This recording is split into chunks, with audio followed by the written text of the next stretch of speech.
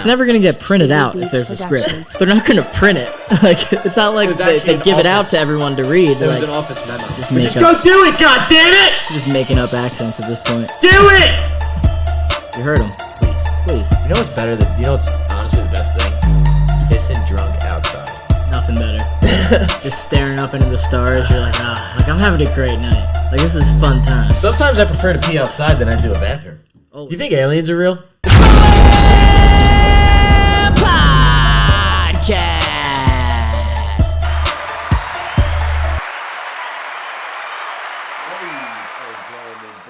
Welcome back to the Pro Am Podcast. Just a couple of triathletes talking pro sports. I'm Stuffy Nose Cohen. I'm Elisa Leslie. Best women's player of all time. Oh, yeah. I wasn't expecting that one. LA sports legend. She's been in my brain last couple of days. A lot of WNBA talk happening, and I feel like, I don't know. Shitting on Caitlin Clark. Lisa Leslie was just absolutely I nasty. wish she played right now. Yeah, because you see a real legend. 170, you said? She was 6'5", 170. She dropped 101 points in a half in a high school game, and then the other team quit. Found that out today. Imagine. That's insanity. Going into the locker room at half and like, all right, I don't think we're going That's back it. out there, folks. Yeah. This girl just dropped 100 on us. I'm trying to think of how that happened because... Well, then there's 8. So as far as I know, in high school, it's 8 minutes a quarter. Right. So She said it was 16 minutes that she did that in. Quarter. So in terms of how many shots you would have had to put up there, she didn't shoot a single 3-pointer, she said, either. I don't know how many free throws she had, but like... She scored every 6 seconds she scored. Yeah. Every 6 seconds she scored a point. That's absolute insanity. That means that they were just getting the ball, bringing it down the court, throwing it into her, and she was just turning around and putting it in. Yeah. Because she was probably just bigger than everybody, too, but like absolutely crazy. And she probably just like... They probably just get a turnover and she's already just running. She's just there. Yeah, you just throw it up to her and no one's defending it. It's probably like, I don't know, like watching Kareem when he was just like doing the sky hook over everybody. 100 points and a half is fucking nuts. Unreal. Like, it doesn't even sound like it's a real stat. Like 16 minutes. Reggie Miller's sister scored 100 in a game. I thought that was impressive. And you said that, and I was like, in half. Yeah, like crazy. In high school, that's 16 minutes. 16 minutes. This girl was scoring. That's and that means she probably didn't miss, right? No shot. Didn't miss once. I don't think you could have. Yeah. Could you afford to miss? No shot that you could miss, and then you could probably the other team like quits. 5 yeah. or 6. Right. But you also got to think about fouls as well. True, that slows the clock. Yeah, and I'm sure she was just getting hacked. Yeah, they were probably like, all right, we got to do something. And then on top of that, and ones, which she probably was doing a lot of. There's probably a lot of and ones. Nobody to really contest. They probably could get her like down here. And then she's once she got the ball up here. Right, she's dropping it in. That's how tall she was then, but she had to be like a big girl. She was, yeah. I think she was probably still 6'5", I assume, right? Like, Dude, I mean, I don't know. Maybe she. I don't know how that works with women. Yeah, I don't know. I mean, usually hearing of a woman that's 6'5" is just kind of like unheard of anyway. Like 6'5" since she was 7. Yeah, like being 6'5" as a woman is like being 7'2" as a dude. I feel like it's pretty crazy. But yeah, WNBA is all over the fucking media lately. Yeah, big time. What are your thoughts on the whole debacle? Like Caitlin Clark, Angel Reese. Are these girls jealous or what? Angel Reese said was, in my opinion, I just thought it was a dumb comment. Yeah, it seemed like, like me too. It was a pot stirrer. Yeah. Seemed like classic girl-on-girl jealousy. Right. She literally was like, but me too. Yeah. I'm also the reason. She shouldn't be saying me there. She should have said us or we. Yeah, like if she said like the rest of the league. Because first of all, her teammate who got picked over her is a million times better than her anyway. Right. And no one is, I hate to be blunt here, but no one is tuning in to watch Angel Reese miss layups and grab 12 rebounds. I'm sorry. No. Like I like she's like saying that people aren't watching the games just because of Caitlin Clark, but like I've only put on the games that Caitlin Clark is playing versus Angel Reese. I've never put on a game that Angel Reese is playing that Caitlin Clark is not involved in. Yeah. And unless it's honestly like the thing, so that part of the thing I thought was stupid. I just was like, all right, well, that's just her being jealous as fuck. Right. I feel like she's always been jealous of Caitlin as it is, whether she wants to admit that or not. I agree, yeah. She probably has been. Right. Because in the time that she was like in the limelight for college basketball, while it was being pioneered, it was really Caitlin. Right. Just because Caitlin she was shooting logo threes. Like that's entertaining to watch at any level. The teams that Iowa played were probably fucking shit. Yeah, so I mean, it makes it a lot easier for her versus Angel Reese, who's got to go against the South Carolina every single year, Right. twice a year. Right. Got to go against these top teams. I'm sure Iowa's also playing these top teams, Right. but not as much as like. They're just not in the same conference as No, some of them, and most of them. Honestly, the SEC for women's basketball is probably the best conference. It has been for a while, yeah. Like Tennessee has always been good, and I feel like that's always been the top dog yeah. for that. So the Big Ten for Iowa wasn't very impressive that they were doing what they were doing. And Caitlin, what conference is UConn in? Are they're Big the Maverick? No, they're ACC. Big I think they are ACC now. Big East, they were Big East, but I think isn't the Big East done? Didn't they get dissolved? I don't know. I think they might have, and now I think they're ACC. But they're like an could be wrong. outlier. Yeah, for sure. It's like Notre Dame. Notre Dame's not even in the conference. Right. Oh, no, they're in the ACC for basketball. They are. Yeah, you're right. But still, it's like she was pissed that Caitlin was taking all this limelight because she was just shooting from wherever. Yeah. Well, she was also, not that what she did in college wasn't impressive because it was. But I mean, I also understand Angel Reese a little bit, tiny bit, because like Caitlin Clark never won a national championship, and LSU did. That's facts. And I guess Angel Reese, which I could totally understand, feels like that was being undermined when it shouldn't be. Which is understandable. I'll give you that. That's valid. That's fair. But like, you don't have to hold the grudge. That's fine. Yeah, it's like you can get over it at some point. You guys are grown women now, making money. Right. You're both growing the sport. Like you guys can do it together. Agreed. And I think there's like a weird dynamic here to where they are. It's like all this drama that's happening is at the same time growing the game because like we're talking about it right now on a podcast. There's other people talking about it. ESPN talks about it every morning. Because the way they see it, the way I see that they see it is, if we can't get views on the TV, we'll have to attack the headlines. Right, and we'll have to be trending. Exactly. They start talking about us that way when these beefs that are happening off the court. Meet with each other on the court. Now everybody. Exactly. I bet you the next time the Chicago Sky play the Indiana Fever, that game will be heavily watched because of that. And Caitlin Clark. 100%. That's exactly what they're trying to do. And that's a fact. So Angel Reese is right in that sense to where it is because of it's not just her, it's everybody. Like totally agree. But yeah, the drama and the beef between those two is definitely bringing more attention to the sport, whether it's people actually watching the games or not, or just watching ESPN and not turning off the TV when they're talking about the WNBA like people used to do.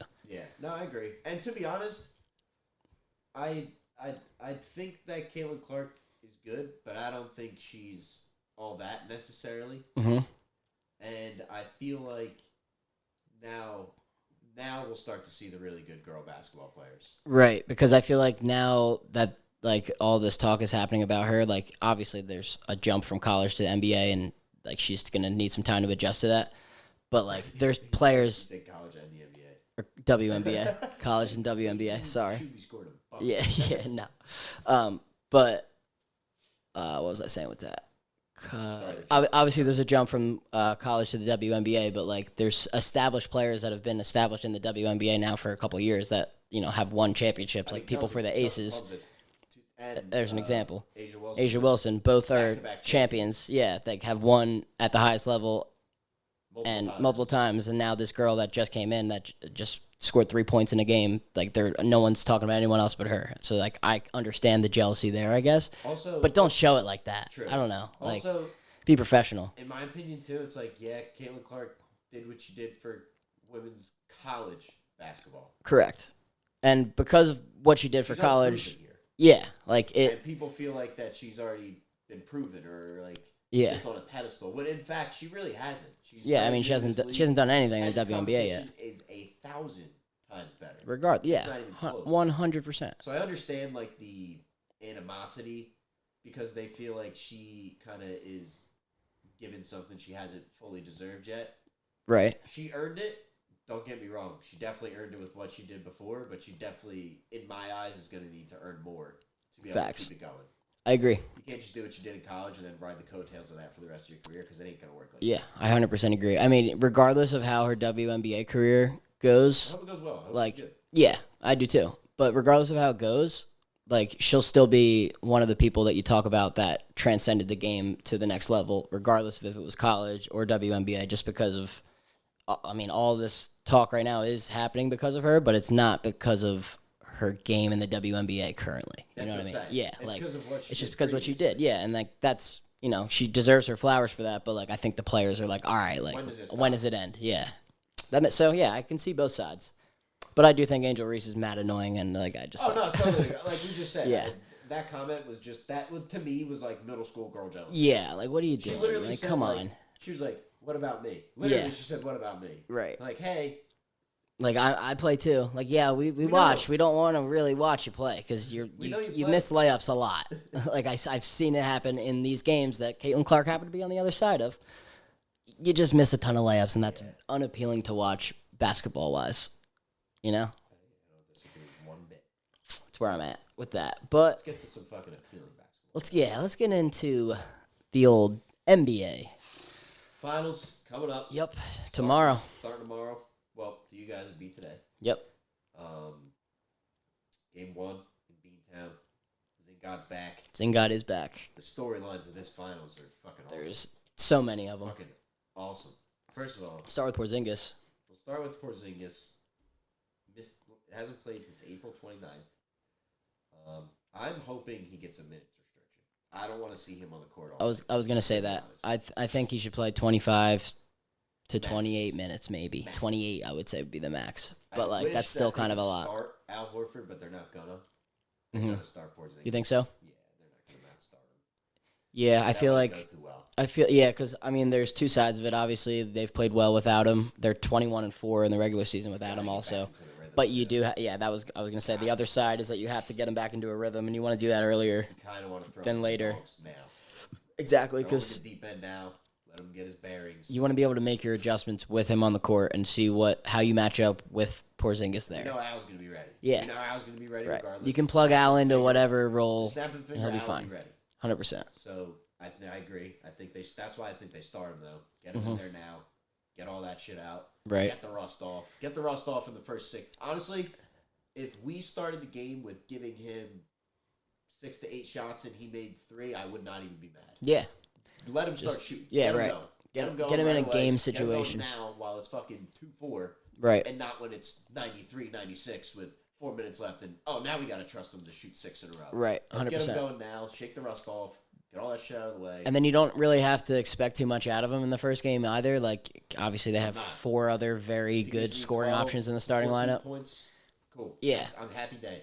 And, basically, if you can just get them going early, you just know that you can go to them later in the game, but you don't have to rely on them ever. That's the good thing about the Celtics is that, they have options everywhere. They have shooters from 1 through 5 at all times. Yeah, so, you don't have to worry about him producing a ton. You just need him to get back into the rhythm, play good defense, and be a mismatch, which he is quite the mismatch. Yeah, I mean, considering last series, Gafford and Lively pretty much just forgot Rudy Gobert existed anytime he went outside the paint. Yeah. Can't do that. I was going to say that as one of the points I was going to bring up is that, that was kind of the strategy that you saw versus the Timberwolves. Is that there's always one guy, it was either Rudy or Kyle Anderson or because he was missing. Exactly. There was always one guy that was either not shooting well or was pretty much a non-threat offensively. There's not a single player that you can do that for on the Celtics. Even they bring the bench guys in, you can't just leave Sam Hauser open in a corner. He's probably going to knock it down, So it's going to be tough for the Mavs. But, I mean, if anybody could match up with the Celtics, the way that they've been playing in these playoffs, I'd say the Mavs have the best defensive options to, handle mismatches and switches. And, they have athletic, long, big men. Yeah. Derek Lively and Gafford are both pretty, agile for big guys. So I think... they haven't been tested in that sense yet. That's true. I guess that... Who they play in the first round? The Clippers. Which they're a heavy ISO team. Box and whoever the fuck. Yeah. Daniel Tice. Yeah, I mean that's not a sag off those guys. Exactly. Who did they play after that? The Nuggets. No, they didn't. The Mavs. They played. Or not the Nuggets. The Thunder. Thunder. Yeah. Chat, you can't really sag off of. Yeah, those bigs are athletic, and so they had to deal with that. But I mean, last series they didn't do anything. I mean, there's nobody. No matchup that they've seen that's similar to the Celtics because it's just tough to simulate any or think about any prior matchup that you had that's like this. Right. That's what every team, though. But honestly. on the contrary, they do have some experience throughout these playoffs of playing ISO ball defense. Because, I mean, the Clippers with PG, like, they're a big ISO team. SGA with the Thunder, big ISO team. Jalen Williams is an ISO guy. And then you got Tatum and Brown, and, they're all guys that can play in isolation. So I feel like the Mavs are tested in that sense. And obviously Anthony Edwards is an isolation guy. It's tough to guard. So they're tested in that sense, but the C's can just, once they move the ball on you and just start passing and finding the open man, like eventually there's going to be an open guy. So they're always going to get their looks. Here's the other thing about the Mavs too. They're going to need P.J. Washington to be on. Big time. I mean, honestly, all the role players, P.J. Washington, Derek Lively, Gafford, Jones. Like maybe even like a Tim Hardaway Jr. gets some minutes in this game. Like who knows? Yeah, like you need those guys to give you 10 points, each. They got to be able to hit threes, though. Yeah. Because even in prior games that I've watched, the only person that takes the most threes is Luka, probably. I don't think anybody takes more than, besides P.J. Washington, I don't think anybody takes more than like 4. Right. Maybe Kyrie if he's feeling it, but. I looked and they had 21. No, not even. They were like in the teens for threes at the half. Yeah, I mean, they shoot so many less. Yeah, they shoot so many less than the Celtics that if the Celtics shoot at a decent clip, like it's the points add up there. Yeah, the math will be mathing in the words of Udonis Haslem. Yeah, yeah. But yeah, so that's interesting there. Let's talk coaching. All right, yeah, let's get into that. Kid, Joe Mazzulla. Joe Mazzulla's first finals appearance, second Eastern Conference Finals appearance. First finals appearance as a head coach. Obviously was on the staff in 21. So he's been there, right? But hasn't been in this spot. J-Kidd hasn't coached in a finals yet. Right? Not as a head coach, but he was on the Lakers staff when they won. When they won? Yeah, so he's been on a championship team. Same deal. Yeah. Same deal. We'll see. It's going to be interesting. I think Joe's grown a lot from last year. Definitely. He also lets his guys play. So, like, his coaching style, like, it's almost like he doesn't have to do too much and not have to overcomplicate things from a coaching standpoint. Like, you can kind of just let your guys do your thing and do the exact thing that you've been doing all year. That's always worked. And the funny thing on the contrary is you can do the exact same thing with Luka and Kyrie and the Mavs. Exactly, yeah. Those guys create, everything else will come. Pretty much, yeah. Like, his job is pretty simple, too. It's just as long as your stars are going. So where I think they're going to get their bread and butter, both of them, is defensive matchups. Yep. Who's on who. Not the right defensive scheme. It's got to be the right matchup, exactly. It's got to be the right who's on who at what time. I agree. Because, I mean, it's probably going to, at some point, it's going to turn into a very ISO-heavy series. I 100% agree. With it or not, it's going to happen. Yeah. I've watched way too many fucking Celtics games to know that they do have nights where they move the ball very well, and then they do have nights where they play complete ISO basketball. Right. And it works most of the time. Sometimes it doesn't work. Same with the Mavs. They move the fucking shit out of the ball against the Timberwolves in Game 7, and look what the hell happened. 100% agree. I think it's going to be times where Luka and Kyrie are legit just playing one-on-one for 48 minutes. Yeah, I mean, you see it like Luka basically goes one-on-one for the whole first quarter, and then Kyrie does it in the second quarter or the third, and then the fourth quarter happens, and they kind of just take turns. Yeah. So it's going to be very ISO heavy. I agree. I think it's going to lead to a lot of really good basketball, though. Oh, it's going to be great. It might be one of the most exciting finals we've had in a little bit. Also, speaking of Kyrie Irving. Returns to Beantown. Returns to Beantown 0-10. Last game he won was February of 2021 or something like that. Yeah, that's a long time. Ever since he stepped, that's when he stepped on that that old lucky fella. Yeah, you don't do that, bud. Let me tell you, there's a couple things in life that you don't do. 3 bugaboos, bear traps. You don't step on lucky. You don't step on lucky.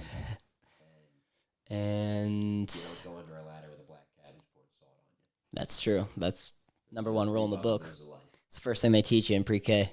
And I think it's pretty evident that it shows that karma's a bitch because he hasn't fucking won since. Yep. You got to think that's on his mind going into game 1. I mean, maybe not. He keeps trying to say it isn't.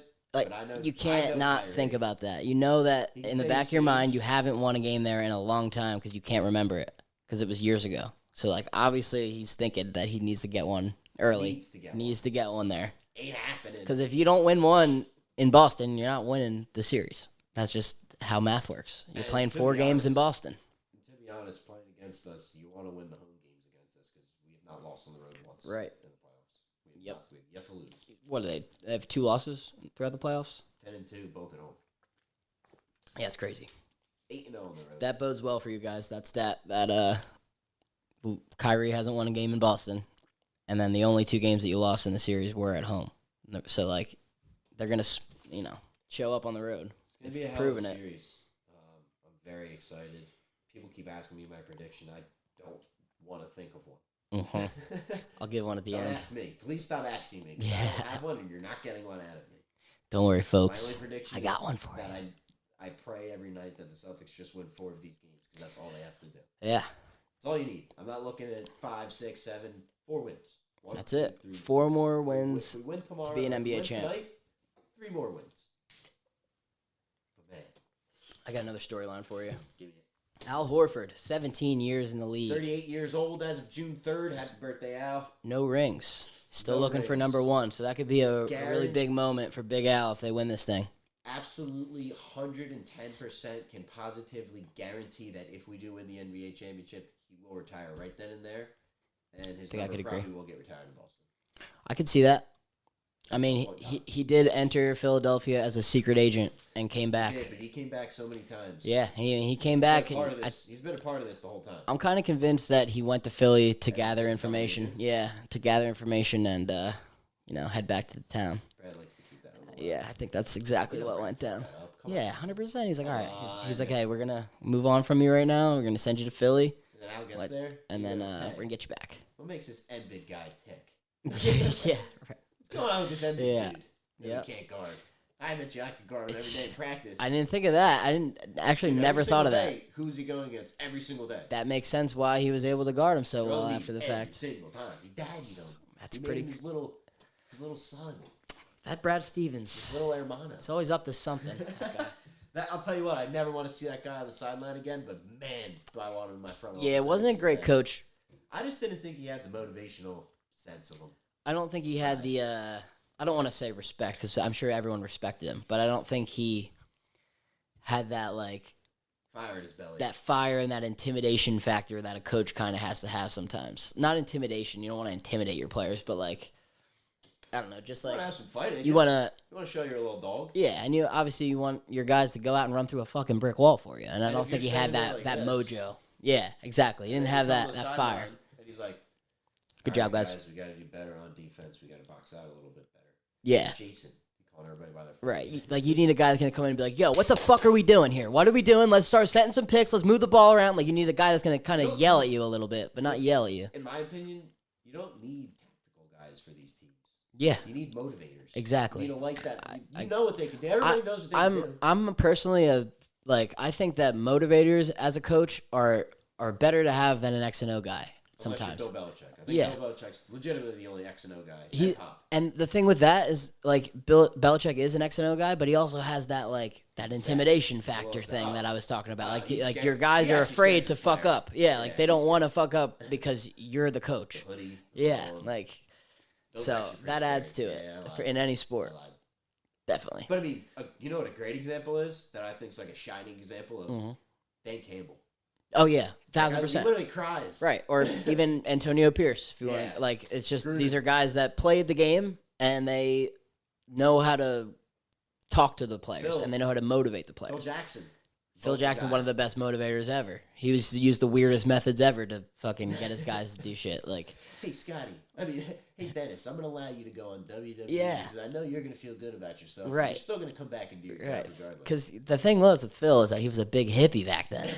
he was tapped into something else. Yeah, he was tapped into a different. No, I mean Pat Riley, intense as fuck. 100%. That's an intimidating coach. A guy that you don't want to fuck up in front of. What are some more? We're an hour back. Yeah. Probably didn't want to fuck up in front of him. Definitely not. Bunch of people. But I think that's what Brad Stevens was lacking, and that's what I love about Joe. Mm-hmm. Because I think we look our players look at Joe and they're like, "This guy, right?" Yeah, he kind of looks like he's on something when he's coaching. So you're like, "What the fuck is up with Coach?" But Coach is fucking getting the boys going. I'm kind of into his basketball madness. And that crackhead madness I just got going where he's fucking it probably provides some energy to the team. I think his desire to win like it goes through them. Right. You can tell when he gives post-game interviews and shit. Like he only talks about that at the end of when he, speaks to the media. Like regardless of what the stat is that they brought up, like he brings it back to if they won the game or not, and that's what every coach should do. Yeah, no, he's a psycho. And then you got smooth J Kidd. I love J Kidd. I'm a big J Kidd fan. I loved him as a player. I liked him when he was on the Lakers staff. I think he's a good coach. As Stuart Scott would say, cooler than the other side of the pillow. 100%. R.I.P. to Stu Scott. That's a legend. One of my favorite sayings. It really is. Cooler than the other side of the pillow is electric. How cold the other side of your pillow is? Midsummer, and your head is hot because you've been laying on it for hours. You flip it because you haven't put your head on it, and your body heat isn't touching that side. So you flip it over, and it's just like a brand new pillow. I still don't understand it. I still don't get it. Yeah. But man, does it feel good. It does. It really does. Especially if you have a silk pillowcase or something like that. And then one night I actually thought about him saying it, and then I did it, and I was like, wow. You're like, wow, Stu's onto something here. Somebody's got to be real cool to be cooler than this. Yeah. It's got to be fucking cool as shit. Colder than iceberg lettuce. That's a throwback to an old Instagram caption of mine of a picture of you and me. What is it? Or it might have been your caption. But I just remember this off the top of my head. From high school, I think. It was just a picture that was on Instagram. It was of you and me, and it said, colder than iceberg lettuce was the caption. Let me look at my archive. It's either yours or mine. I'll either go in my archives or tag. It's definitely in my archives or yours. Hey. Let's see. It's just you and I? Yeah. And I don't know why I just thought of that, but reminded me. Shout out to Stuart Scott. Let's see. Bear with us here, folks. The one I have on here, which I'll gladly put up, is great recruiting trick of my future teammate and coach. And then it says Halloween weekend, #mosh pit. Oh, from the Halloween day? Get this, Yeah, that's a classic Tundo influence right there. Oh, because it was me and Nick, and then look at the Broad in the wild. That's funny. It's in here somewhere. I'm gonna find it. Block like Giannis. That's a good one. That's a good one right there. I gotta find it. It's in here. I swear. Gotta be in my tagged photos. It must have been your post. I'm not seeing anything. Not seeing any iceberg lettuce. I'm gonna find it. While I do that, take this time to go like and subscribe to the Pro Am Podcast. That is an absolutely ridiculous picture of me for sure. I'm wearing a fedora for context. I think that was maybe the only time I ever wore a hat like that. But that was a good time. Yeah. You look like, yeah, I was going to say a pilgrim. You look like you're ready to head to Lancaster, PA. That hat's hideous. Yo, that was a fun time. Is that Aid? Drip. Rain's looking swagged out. Yeah, we got the two short guys in the middle there, and then the skyscrapers on the outside. Always. What else we got here? Some more storylines. Yeah. How many KG appearances in Bean Town? I know Poopy's gonna be at every game. I'm gonna say you'll get one. You'll get one. Back end, I think. Maybe two though, because I was gonna say you'll get one early, and then 5, 6, it gets tight. Like if there's a game 7, like. I think you're gonna have a lot of past Celtics in the building. There'll be a lot of past Celtics. 100%. You might as well fucking have the whole big 3 out there and just give them 3 seats. It'd be pretty crazy. Yeah. And then also you got the Luka versus Tatum storyline where both of them are looking for their first ring. 2 young stars, arguably top 5 players in the league. So we'll see who gets their first ring. Who gets it done? Why do you think Tatum gets so much hate? I think he gets so much hate because he's had success early. There's Luka, for example, wasn't on teams that were ever thought of as championship contenders or playoff contenders even. So him scoring his 28 and 9 and 9, they're like, oh wow, imagine if you had some help. And then Tatum's just always had help. But that shouldn't take away how good he is as a player. Yeah. I feel like you can't knock a guy for having a good GM or getting drafted into a better situation. So I think that's the reason. And then I also feel because he's gotten to the Eastern Conference Finals so many times and then to the finals now twice, but hasn't won it yet, people just like to to use that narrative because that's just the NBA. Like if you can't get the ring at the end, nothing matters until you get the first one. Then you can start being talked about as a great. Yeah.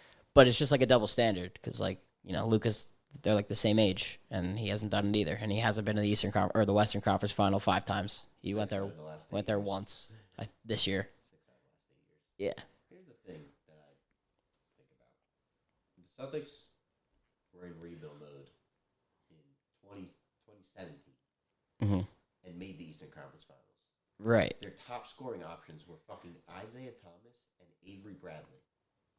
That's pretty wild. That team was not supposed to be there. No.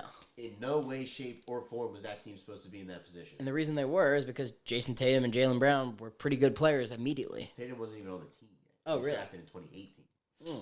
And Jaylen Brown didn't They had Jaylen. Yes, he wasn't. So he was coming off the bench as a rookie. He definitely didn't show what he truly was until Tatum was there, I feel like. The year after. 2018, we go to 7 with the fucking Cleveland Cavaliers, and Jason Tatum's 19 years old. Dunks on LeBron. And Jaylen Brown's 21. Yeah. Next year, we recognize, okay, we might be a little ahead of schedule here. Let's go get Gordon Hayward. Let's go get Kyrie. Right. Gordon Hayward breaks his fucking leg in the first game. Yeah. Terribly. That was awful. That was awful. It sucked. Terrible. Sucked to watch. Nobody wanted to see that. Kyrie injury issues. Right. And then we end up losing, I believe, to the Bucks. I think you're right. With no Kyrie. Right. Next year, 2020 comes around. No Kyrie now. Lose to the Bucks in the Eastern Conference Finals again.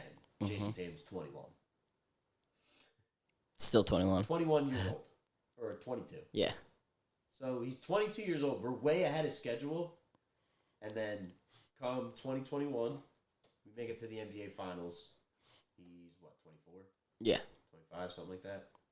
And we run into the fucking Golden State Warriors. Lesson learned. We needed that. Yeah, 100%. Last year, he doesn't get hurt. We probably are the first team to ever come back from a 3-0 deficit. Sprained his ankle in Game 7. And now this year, this is the actual year. This is what I don't understand. This is the actual year, in my opinion, where all those years, we're getting ready for this year. This is the Celtics. Yeah. Not those teams prior. Yeah. Those were fluke. Those are, in my opinion, those are flukes. The first 3 years, Isaiah Thomas and Avery Bradley in an Eastern Conference Final. If I told you that and you didn't know that, you would have laughed at me and said that didn't happen. Right. Because it wasn't supposed to. Yeah, because I mean... 1 year that now they get put on a pedestal because they were there. The second year, he's 19, goes to 7 with LeBron James. Right. Okay, so now let's put him on that pedestal. We're so far ahead of the schedule that, like, all the hate that he's gotten prior, I don't really understand because he's just been developing and he's fucking 26. And he wasn't like you said, he wasn't supposed to be there. So like the fact that he was there is being used against him makes no sense. It makes no sense. Him for that. Right. LeBron didn't win his first title until 28, 27. Right. Jokic 28, 27. Right. Curry. All of them were 3 years ahead of them. It's facts. And they didn't play in nearly the amount of conference finals that he played in. It's almost like the same thing that you could say with like the beginning of LeBron's career, because I mean it's a little different because he was supposed to be the next best guy ever and was supposed to be the best basketball player of all time coming out of high school. So like he had those crazy expectations, but he didn't make it to the final until when he lost to the Spurs, I believe. In the finals? Yeah, the one. I think it was his 4th year in the league. He went to the finals.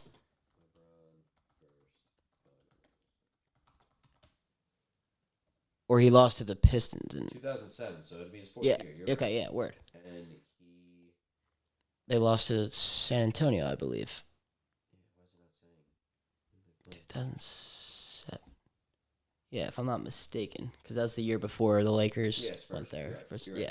Cool. Yeah. So I mean, LeBron ran into a fucking dynasty. Right, and that's his 4th. It was his 4th year in the league, and he got absolutely reamed out for it, kind of similar to the way that Tatum is right now, where they're like, oh, he can't win the big one, like he and they talked about that all the way up until he finally won a championship.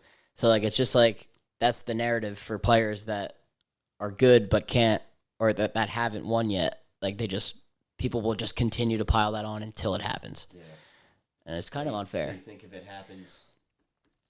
Tension's a little easy. I think if Tatum wins a championship this year, he's without a doubt a top 5 player in a lot of people's minds.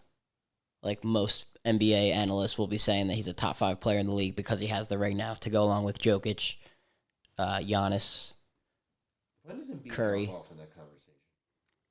Yeah, I mean, they got to start. Like, that's the thing that. When do we got to start holding him accountable? I was gonna say, like, if you're gonna be holding Tatum this accountable, like, I mean, Embiid doesn't want anything either, and we're talking. He's a top 5 player. Yeah, way less. Hasn't gone there, but you talk about it less because he hasn't been there. So, like, how does that make sense? I don't get it.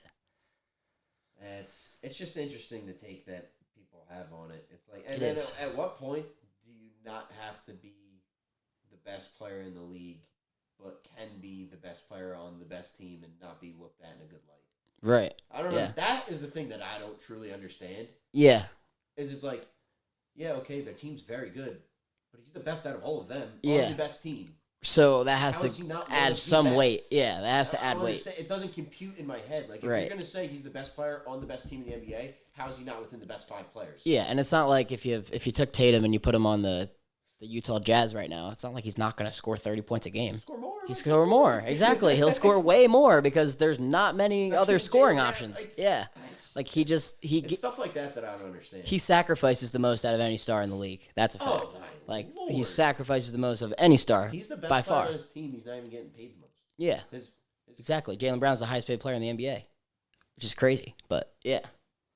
But I mean, Tatum is due for a big fat contract, so I mean, regardless of if he wins this or not, he'll be the still. highest paid player in the league probably within the next 6 months. I would say. Still, though, I mean, it's just funny how the way things go. It is funny.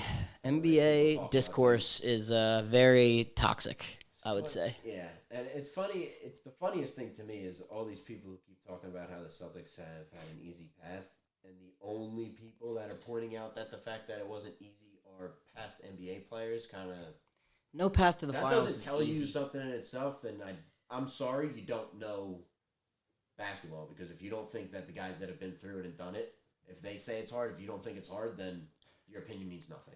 And then if you want to use that argument too, I will say this. Like, they used that argument on the opposite side against the Celtics, like before. Like, they had the hardest. Every Like, year. They easily had the hardest path. Like, We've either had to play LeBron, Giannis, Jimmy Butler, Embiid, and then we also and, that was it. and then in the championship, when you met up with the Warriors, like, Fucking Warriors, who's like- already had all that success. Right. They know exactly what's happening when That's they a get ri- to the spot. yeah, They it's a could've been- ridiculous. I bet they saw that finals matchup. Run Run there. Wow, we're really comfortable now. Because if the fucking if the goddamn Heat went back, there's a good chance the Heat give them a run for their money, because the Heat had just have been to the finals 100%. a couple times in the last couple of years. So they saw the Celtics team. They're like, yeah, they're young, they're good, they're hungry, but they ain't been here before. Right. Exactly. And So that's what I comes think down to also experience. yeah, I think that's what takes the cake above and beyond. Yeah, I feel like that's definitely the It showed in the ECF. yeah. I mean, and the Mavs haven't been there, so it's like kind of like just a. I see it how, like, I think the Mavs are kind of in the situation that you guys were in. Like, when you went to the finals, you lost to the Warriors. Like, you get matched up against the best team, and you had a great run playing really tough teams. They beat the T-Wolves, and they beat the Clippers, and the number 1 seed Thunder. Yeah, like, that's not an easy run by any means. Now they're playing the Celtics. So, like, I feel like this is just a good experience for them. They'll probably lose the series and then come back a better team next year. And it's just kind of how it goes. The NBA story writes itself sometimes, and it just kind of feels like it's the time that the Celtics are going to win it. It pains me to say it, but, like, if it's ever going to happen, it's going to happen right now with this team. Yeah, I mean, and I couldn't be happier that we have this team for at least 3 more years. At least. I mean, and if the Mavs do win, like, this puts them on the map for the next couple of years as a top threat in the West. Like, where I didn't think they were even going to come close to making it to the finals this year. I thought they would possibly lose in the first round. I mean, I didn't think it, but I think it was possible. Yeah, exactly. A lot of people did. But playoff basketball, anybody can beat any team on any given day. You're damn right. Moving on with that, though, let's do a little pick your poison, then we'll get out of here. Yep. We've been going. We have been. I got one for you. What do you got? We did a Celtics one last week. Okay. I'll hit you with a little Lake Show one. Ooh, okay. I'm ready. 2 guys, well, 4 guys technically. Mhm. You get to start your franchise with. Can't mix or match. You got to go with the pair I say, one or the other. Mm-hmm. Magic Johnson and Kareem, Okay. or Kobe and Shaq. Wow. Who you Yeah. start It's really tough because obviously they played in two very different times to where, Kareem's style of basketball doesn't necessarily translate as much in today's game. He can't shoot the three. There's not a lot of guys that are getting a ton of attempts in the post like he was getting every single game. And then Magic is a primary passer first and foremost. There's not many true point guards, really, nowadays. It's a lot of scoring guards. Magic wasn't a scoring guard, but he could. And then you got Kobe and Shaq. Like, obviously, I'm a little biased there because those are my guys. Those are the two I grew up watching. But Shaq's the most dominant center of all time, and you can put him in any era. I don't give a fuck. And he's going to dunk all over you, and you're going to have two centers on your team to foul him, regardless of the era. So that alone makes me want to take the younger fellas, Shaq and Kobe. Plus, like, who the fuck's guarding Kobe? I don't care. I don't care who. No one's guarding him. He was unguardable. To play a little devil's advocate, though, what you said about Kareem and Magic, there's not really a big like that left in the league, and there's not really a point guard like that left in the league. I think them being on the same team would almost bring that back. That's true. I mean, now, like there's still like the LeBrons and the Lucas of the world that obviously were influenced by Magic Johnson being a bigger guy that could facilitate and handle the ball all the time. But they're also scoring heavy. They are, but Magic can facilitate so much that in the world of iso ball. True. I didn't think of that. High pick and roll, and you toss Kareem on the block after. Now you got Magic dribbling against the center, and you got whatever little fuck is on Kareem. And then you got Magic can go by, dish out, or you can just give it to Kareem, and Kareem just scores. Because in the post, nobody's beating Kareem in the right. post. If we're going, let's say here that we plug in the same exact role players from this current era to play with those two guys. Like say Magic and Kareem were surrounded by like J.J. Redick, Mike Miller, and guys like that were just spot up 3-point shooters. Magic is going to average 20 assists a game. Maybe 25. So he's going to be creating so much offense regardless of the era on too. The fast break too. On the fast, it's a faster game now. Kareem rebound, that's Magic's gone. Yeah, wow, it's a really tough one, honestly. I just wanted to play devil's advocate because you said that, and I was like, wow, now that I think about that, though, if they actually exploited that, then it'd kind of be unstoppable. That's true. That's what you have to think about when you're comparing different eras is that, some things don't translate, but, these guys are going to be able to adjust their game. Translate. Yeah, exactly. Like, Magic and Kareem, I think, can easily still play in the post in this era. Oh, yeah, and I still think Magic could be a phenomenal point guard in this era. I definitely agree. Yeah, I mean, obviously you got guys like Rudy Gobert that can't shoot the three that still play center, and he wins Defensive Player of the Year and stuff. Like, Kareem would win Defensive Player of the Year, and he would lead the league in rebounds and blocks, and he would still score 20-something points a game. But I still agree with you, though. Yeah, I'm still taking Shaq and Kobe, because Shaq was just a problem. Kobe's killer mentality, and then Shaq just being an absolute nightmare inside of the paint. It just puts so many fucking wrenches in your plans when you got this big diesel fuck just sitting in the goddamn paint. And you literally have to plan to foul him 9 times, 10 times, 12 times. You got to have that many fouls to give from guys on your bench. You don't want your stars fouling, obviously, so you're going to need a backup center to come in and hack this guy when he's dominating you, regardless of the era. So, the fact that he had teams changing their roster construction, just because of him is, telling, very telling. It's a lot, but I would also pick Shaq and Kobe. I think it's close, though. I think it's a good one. On it. Definitely a good one. I would love to hear everyone else's thoughts on that. Shaq and Kobe or Magic and Kareem, which two you're starting your franchise with in today's era? We'll see. We shall see. All right, you can wrap us on up, get us out of here. Yep. Well, you're listening to the Pro-Am Podcast. Thank you for listening. Like and subscribe. Send this video to a friend. Follow us on all platforms. We've got Twitter or X, Instagram, TikTok, and then obviously you're watching right now on YouTube. So we appreciate the viewership, as does the WNBA. I'm RJ Tamillo. NBA Finals. Let's get it.